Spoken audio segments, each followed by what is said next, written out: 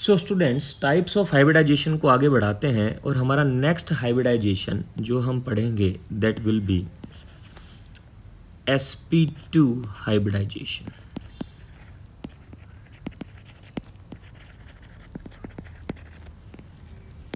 तो next hybridisation जो हम पढ़ेंगे वो होगा हमारा sp2 हाइब्रिडाइजेशन, जिसमें एक s और दो p ऑर्बिटल क्या होंगे, हाइब्रिडाइज होंगे। तो सेंट्रल एटम के एक s और दो p ऑर्बिटल्स जब हाइब्रिडाइज होंगे तो हमें मिलेंगे तीन sp2 hybridised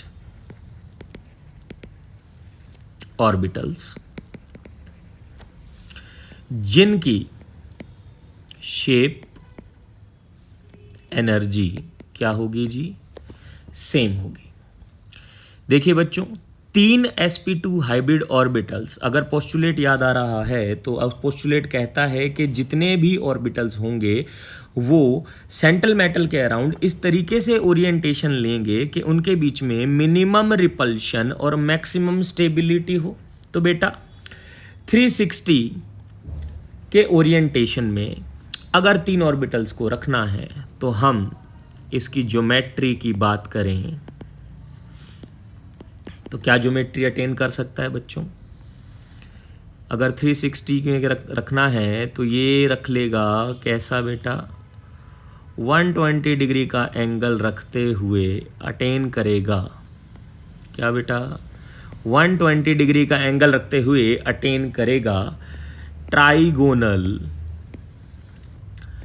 planar geometry. Trigonal planar geometry, अगर एंगल देखा जाए तो इनके बीच में ये एंगल कितना हो जाएगा, 120। तो सभी एंगल्स क्या हो जाएंगे, 120। तो हम कहेंगे बॉन्ड एंगल्स कितने रह जाएंगे, अगर मॉलिक्यूल अगर sp2 हाइब्रिडाइज्ड होगा तो हम कहेंगे 120 डिग्री का एंगल रखेगा। बेटा टोटल एंगल कितने बनेंगे, तीन बनेंगे। तो हम कहेंगे तीन 120 डिग्री के एंगल्स होंगे।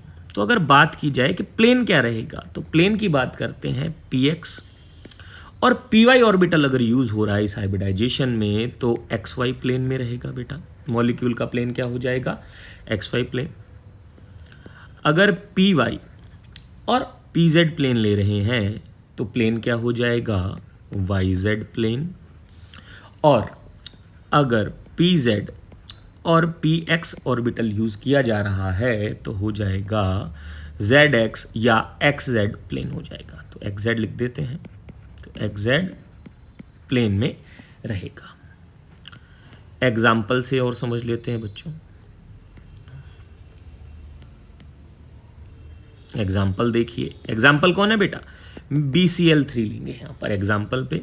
सबसे पहले बोरोन की कॉन्फ़िगरेशन देख लेते हैं। बोरोन की कॉन्फ़िगरेशन क्या होती है बेटा, 1s2 2s2 2p1। That means इसकी वैलेंस शेल में कितने इलेक्ट्रॉन पड़े हैं बेटा, 3 पड़े हुए हैं।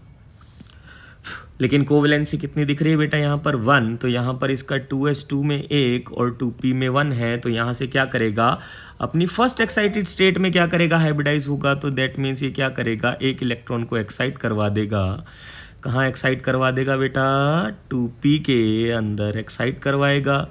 तो बेटा यहाँ से 2p में एक्साइट हो जाएगा, इसको 2p1 लिख देते हैं। तो यहाँ एक्साइट हो जाएगा तो क्या हो जाएगा, हमारे पास 2p2 बन जाएगा। तो 2s1 2p2 इसकी एक्साइटेड कॉन्फ़िगरेशन बन जाएगी। और यहाँ पर ये तीन ऑर्बिटल्स क्या हो जाएंगे, हाइब्रिडाइजेशन में पार्टिसिपेट करेंगे और हमारे पास बनेंगे तीन sp2 हाइब्रिड ऑर्बिटल्स।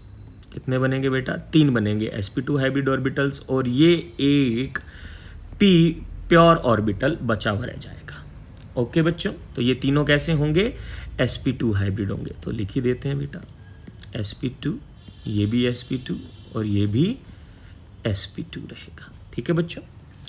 अब मॉलिक्यूल की ज्योमेट्री की बात करते हैं तो बोरोन के अंदर क्या हो रखे हैं बेटा, तीन ऑर्बिटल कैसी ज्योमेट्री को अटेन कर रहे हैं, ट्राइगोनल प्लेनर ज्योमेट्री को अटेन करवाएंगे और ये इस तरीके से ओरिएंटेशन में आ जाएंगे। ठीक है जी।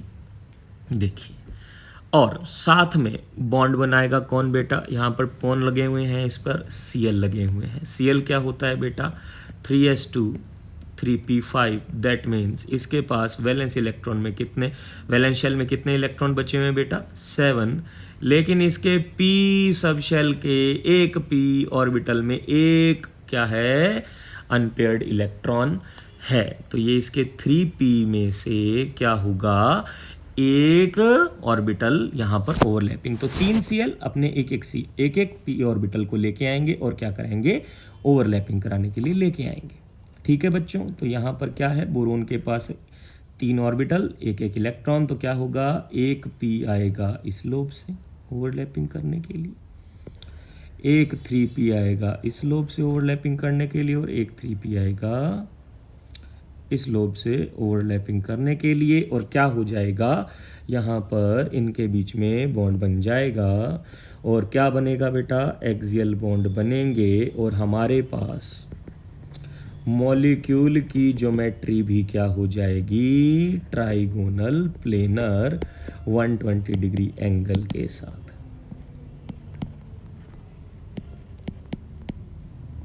ठीक है बेटा, प्लेन्स हम समझ चुके हैं कौन से प्लेन में रहेगा।